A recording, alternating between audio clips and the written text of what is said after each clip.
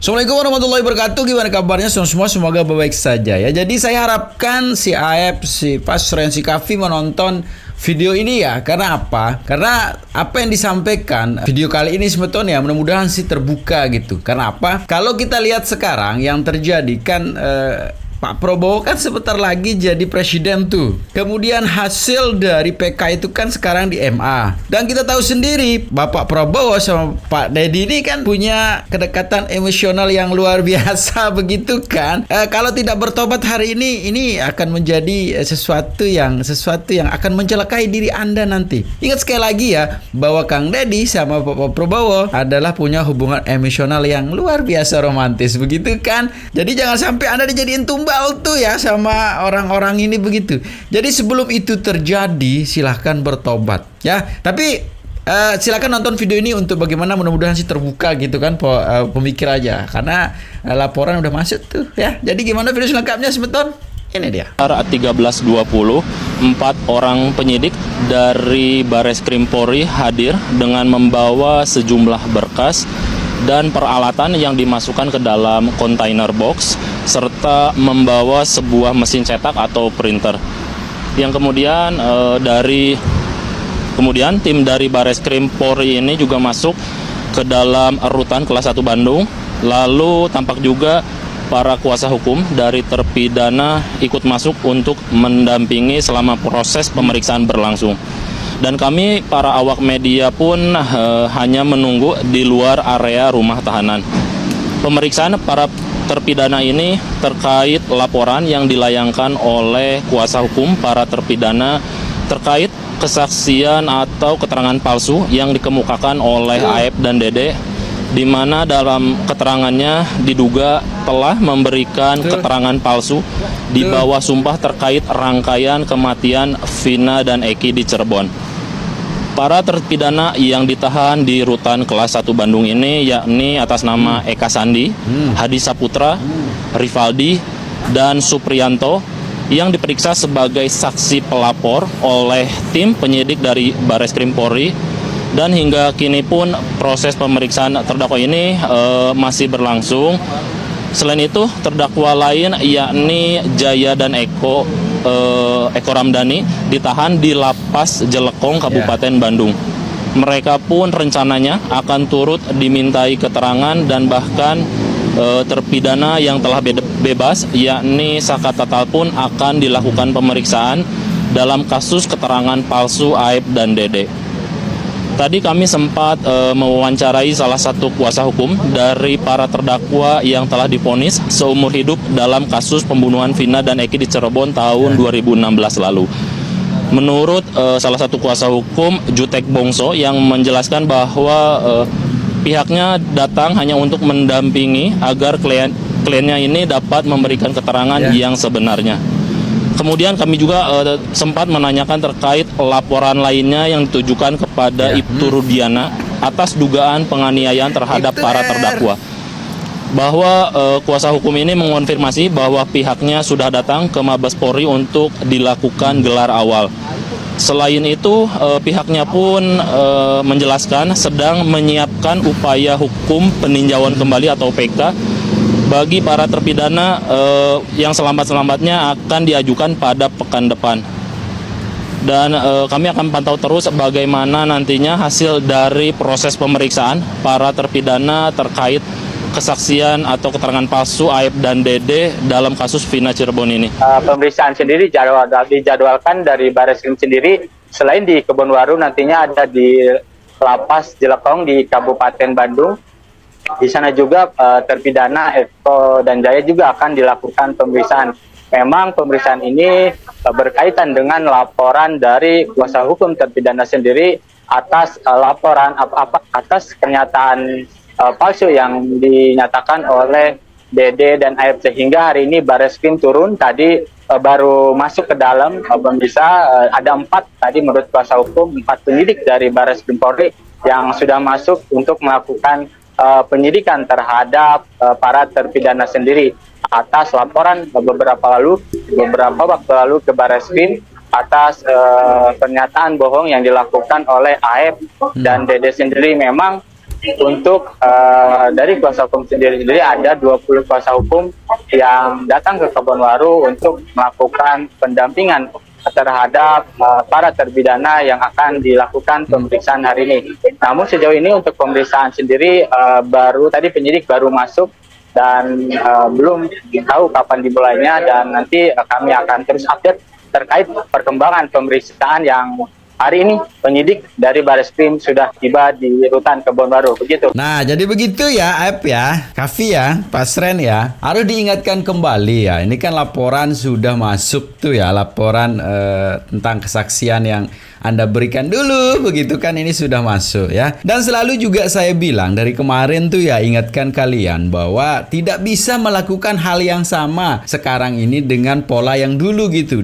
Kalau 2016 bisa lah ya. Jadi Anda tidak menghadiri persidangan, boleh tuh ya. Terus katanya Anda disumpah gitu kan, tapi kenyataannya tidak begitu, bisa ya. Tapi sekarang tidak bisa. Dan ini sekarang yakin saja Anda akan dijadikan tumbal loh. Sekali lagi nih ya, saya ingetin nih sekali lagi nih ya, sebentar lagi kan Bapak Prabowo akan dilantik menjadi apa? Menjadi presiden. Dan sebentar lagi Kang Deddy juga akan menjadi apa? Akan menjadi gubernur ya. Dan sekali lagi saya ingatkan, hubungan antara Bapak Prabowo dengan Kang Mulyadi ini luar biasa tuh. Bagus ya, terjalin begitu harmonis ya. Kan sekali lagi ya, saya ingetin nih sekali lagi nih, apa yang menjadi hasil keputusan PK kemarin kan sudah masuk di MK tuh. Bapak Prabowo, masalah kemanusiaan beliau itu luar biasa loh. Jangan di Indonesia. Ingat, dulu itu kan ada tuh ya, mohon maaf ya, TKW ya, yang akan mohon maaf akan dihukum tuh, tapi diselamatkan loh sama Bapak Prabowo.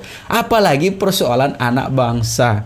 Bapak Prabowo pasti akan fokus ke sana. Bagaimana sekarang menyelamatkan. Nanti yang akan terjadi adalah Anda akan dijadikan tumbal, begitu loh. Karena kalau mereka sekarang, mohon maaf ya, yang Anda bela sekarang ini ya, Kavi, Pasren, sama CAF ya, kalau beliau-beliau ini akan berbuka suara, itu akan banyak sekali akan berguguran tuh ya. Jadi daripada begitu banyak akan berguguran, pasti Anda akan dijadikan tumbal.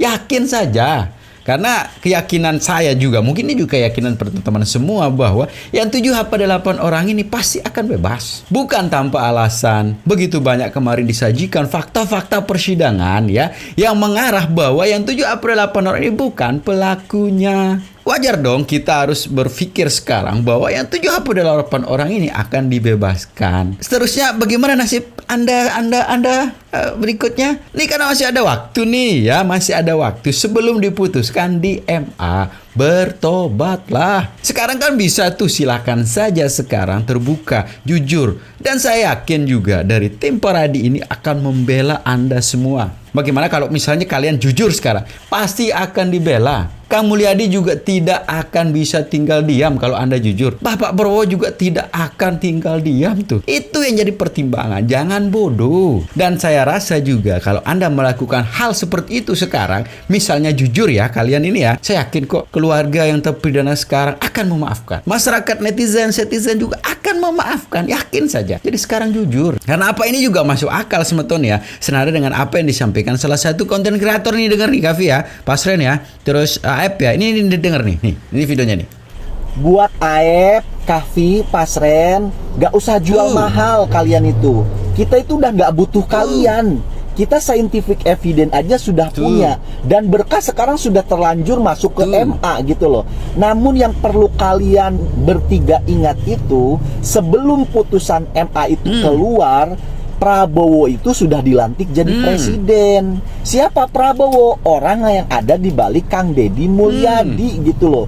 Nanti setelah tanggal 20 Oktober itu presidennya bukan Rudiana, bukan Elsa Sharif, apalagi Pitra Romodoni. Jadi siap-siap kalian akan ditumbalkan. Daripada kalian akan ditumbalkan, mending kalian sekarang bertobat, ngaku ngomong yang jujur gitu loh.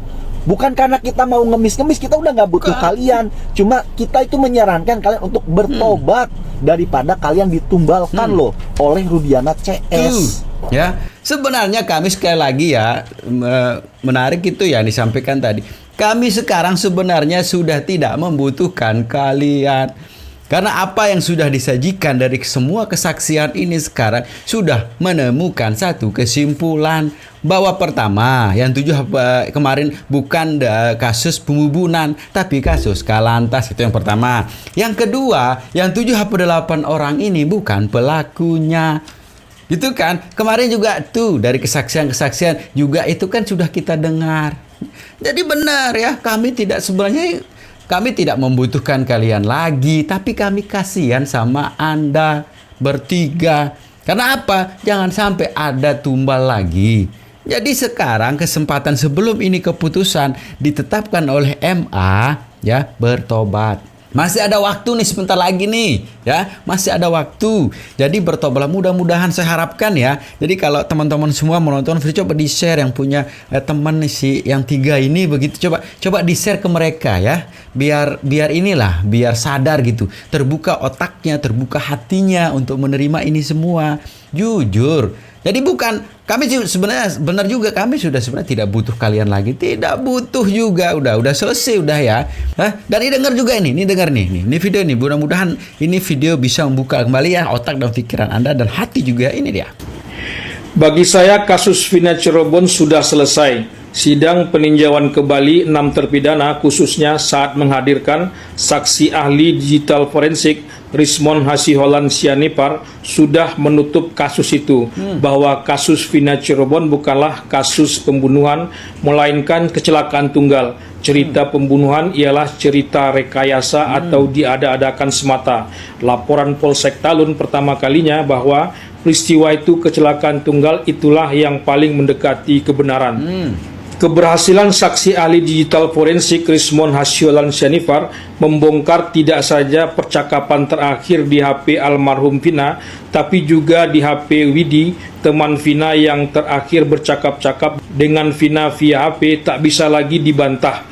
Inilah yang disebut Kapolri Listio Sigit Prabowo sebagai scientific crime investigation, bukti-bukti yang berbicara, bukan pengakuan orang-orang. Apalagi semua saksi pada waktu itu sudah mencabut kesaksiannya, kecuali Aep, satu saksi bukanlah saksi. Bahkan seperti dikatakan pengacara para terpidana Otto Hasibuan, hakim pada sidang PK kasus Vina ini sampai menangis saat menyaksikan rekonstruksi kasus Vina di TKP. Tak ada yang bertemu satupun sesuai BAP dan putusan hakim yang sudah diputuskan sebelumnya. Kasus yang menyedihkan tidak saja terhadap peristiwanya itu sendiri, tapi juga terhadap orang-orang yang harus menanggung akibat dari kasus itu. Korban di atas korban. 8 tahun berlalu dalam kesesatan hukum yang nyata. Bernegara seperti apa pula yang seperti ini harus dijalankan. Tak tahu lagi apa yang akan disebut. Terlepas dari kenapa saksi-saksi ini baru muncul saat ini, kenapa tak muncul tahun 2016 lalu, bahkan ekstraksi terhadap HP Vina pun sebetulnya sudah ada, tapi seperti sengaja dikesampingkan. Tak ada ahli waktu itu yang dihadirkan seperti saat ini. HP Widi yang katanya sudah hilang, ternyata tiba-tiba saja bisa ditemukan lagi. Dan hebatnya lagi, oleh Rismon Hasiholan Sianipar bisa pula mengekstraksi dan hasilnya persis sama dengan yang sudah diekstraksi terhadap HP Vina, kecuali pada bagian di mana Vina mengajak Widi dan Mega keluar malam itu untuk minum-minum alias minum alkohol. Widi membenarkan pula bahwa memang mereka biasa juga melakukan itu dengan Vina. Sisi gelap korban yang agaknya sengaja ditutupi dalam ekstraksi HP Vina itu, tapi terbongkar di HP-nya Widi. Wajar saja kalau itu memang dilakukan Vina dan Eki malam itu, seperti juga diakui teman Eki, Franciscus Marbut, pemilik helm dan sepatu yang dikenakan Eki malam itu, bahwa hal seperti minum-minum seperti itu memang kerap mereka lakukan sesama anggota geng motor pada masanya. Tapi kok dalam visum hal itu tak diungkapkan. Jangankan dalam visum, dalam percakapan via HP saja hal itu juga dihilangkan. Mestinya tak perlu berlama-lama lagi bagi aparat negara untuk membebaskan semua terpidana. Sudah terlalu lama mereka dihukum atas perbuatan yang tidak mereka lakukan. Ini karena mereka orang kecil saja yang bukan siapa-siapa. Kalau mereka orang besar, yang siapa-siapa, maka akan ada saja jalan pintas untuk mereka itu.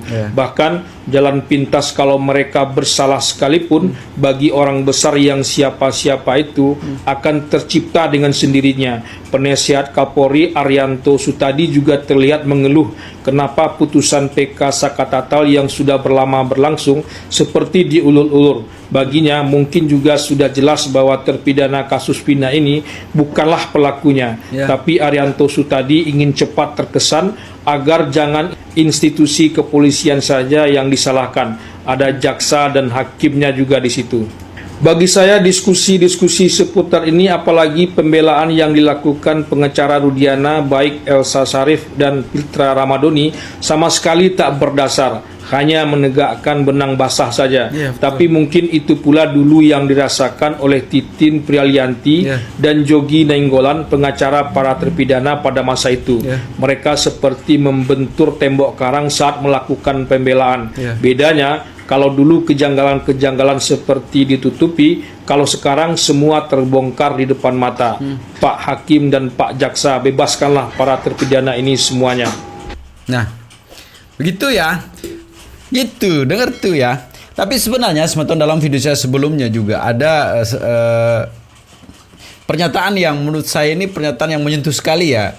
Ketika salah satu orang tua dari salah satu terpidana sekarang ini ditanyakan gitu, kok santai, kok tidak menangis? Apa jawabannya? Air mata kami sudah habis di persidangan tahun 2016 dulu begitu ya.